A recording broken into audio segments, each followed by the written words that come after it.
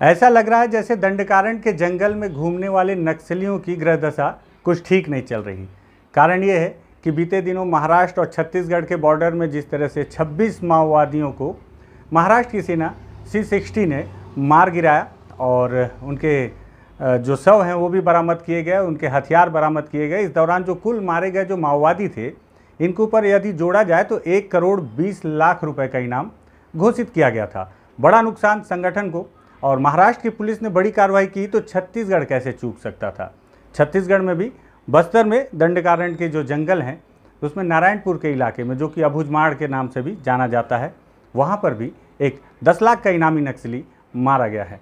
नमस्कार, मैं विकास तिवारी हूँ और आप बस्तर टॉकीज़ देख रहे हैं। बस्तर टॉकीज़ में हम बात करते हैं बस्तर की और बस्तर के मुद्दों पे और समस्याओं पे चर्चा करते हैं। तो सबसे बड़ी समस्या नक्सलवाद है। नक्सलवाद पर किस तरह से पुलिस काम कर रही है, क्या कुछ उन्हें सफलताएं मिल रही हैं और कहाँ पे नुकसान उठाना पड़ रहा है, इस पर भी हम बात करते हैं।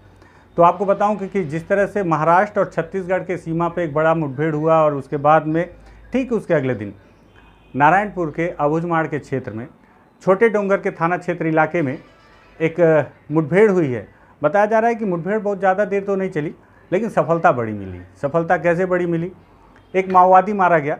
माओवादी का नाम जो पुलिस ने बताया साकेत नुरेटी, इसके ऊपर 10 लाख रुपए का इनाम घोषित किया गया था और बताया जा रहा है कि 10 लाख रुपए की इनामी इस नक्सली के पास से एक AK-47 हथियार भी बरामद किया गया। कंपनी नंबर 6 का सेक्शन कमांडर था ही, और नक्सलियों को कहा जाता है कि वहाँ पे फिर से एक बड़ा नुकसान है, क्योंकि जो साकेत नुरेटी है इसके ऊपर जिम्मेदारियाँ काफ़ी बड़ी थी और जिस तरह से बड़ा नुकसान नक्सल संगठन को लगातार उठाना पड़ रहा है, ऐसे में एक बार फिर से उनके शीर्ष स्तर के इस तरह के एक लीडर का मारा जाना मतलब संगठन के लिए बड़ा नुकसान है। और ये मुझे लगता है कि यही वजह है कि ऐसा माना जा सकता है कि माओवादियों की ग्रहदशा कुछ ठीक नहीं चल रही।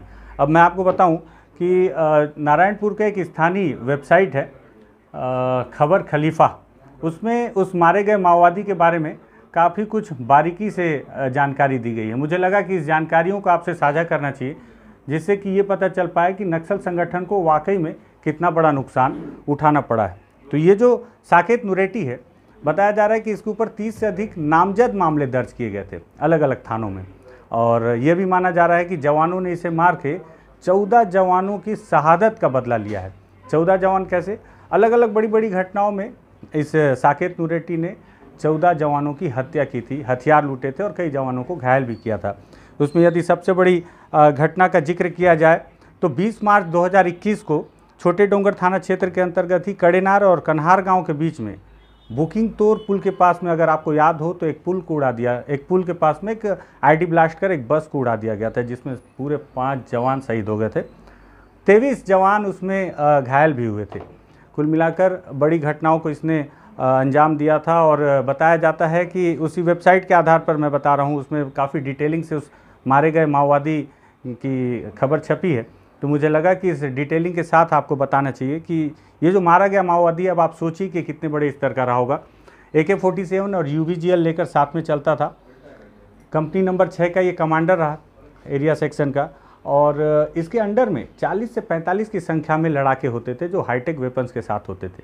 कंपनी जो कि माओवादियों की एक जो बटालियन होती है जो केवल लड़ने के लिए तैनात की जाती है, लड़ने के लिए उसका गठन किया गया है जवानों से, उसमें जो अलग अलग कंपनियां हैं उसमें 6 नंबर का एक कमांडर, जिसके अंडर में 40 से 45 की संख्या में बड़े लड़ाके रहते थे। तो अब आप सोचिए उसका लीडर मारा गया है तो उनके संगठन को कितना बड़ा नुकसान पहुंचा होगा। बताया जा रहा है कि ये जो अमदई घाटी है आयरन ओर की, उस घाटी के जो खदान है उसके ठीक पीछे ये मुठभेड़ हुई है और उस खदान की ओर ही ये माओवादी अपनी एक छोटी सी टुकड़ी के साथ पहुंच रहे थे।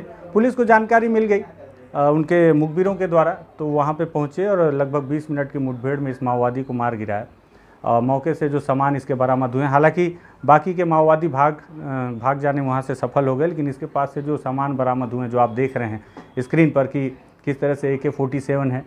अब आप देखिए इस वीडियो में खास बात और कि किस तरह से इसके पीने के पानी के लिए इसने एक जो है जो आजकल जो शहरों में यूज़ किया जाता है कि गर्म पानी और ठंडा पानी रखने के लिए जो थर्मस जो नहीं होता आजकल जो चल रहा है सेल्युलो कंपनी का जो महंगा, तो वो उस स्तर का बर्तन भी अपने साथ लेकर चल रहा था। और बताते हैं कि वायरलेस हैंडसेट वेडसेट तो लेकर चलता ही था।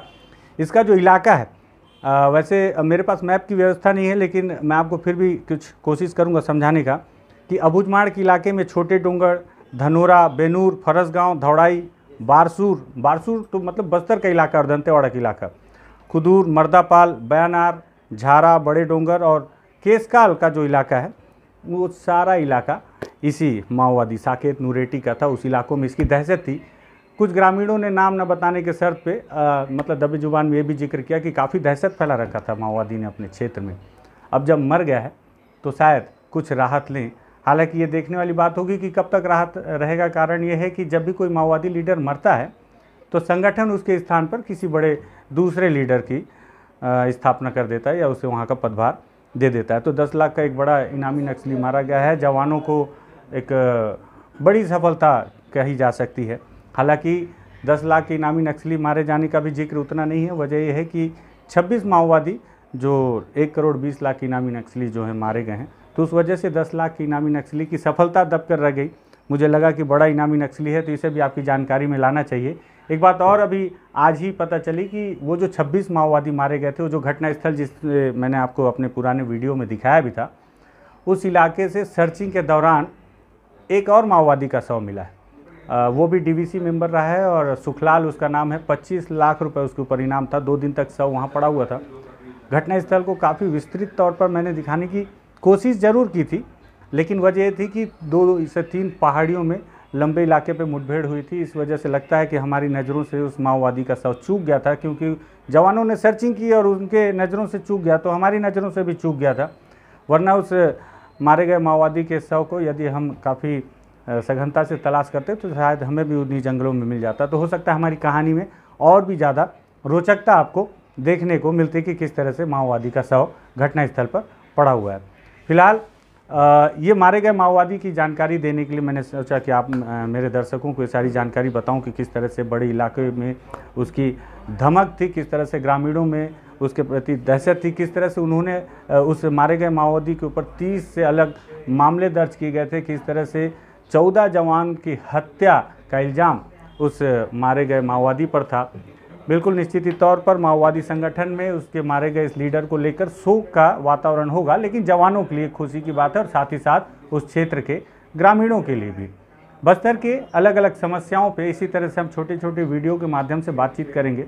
कोशिश करेंगे कि बस्तर की हर मूलभूत सुविधाओं से लेकर समस्याओं से लेकर हर चुनौतियों को आपको बस्तर टॉकीज़ के माध्यम से दिखाने की कोशिश करें। आपको लगता है कि इन सब समस्याओं पे, चुनौतियों पे बातचीत होनी चाहिए, लगता है कि इस पर विचार विमर्श किया जाएगा, लोग जागेंगे, समझेंगे तो शायद कुछ बदलाव आ जाएगा। इसी बदलाव की नीति से अगर आपको लगता है कि बस्तर टॉकीज़ को सब्सक्राइब करना है तो आप ज़रूर कर सकते हैं। बहुत धन्यवाद आपका।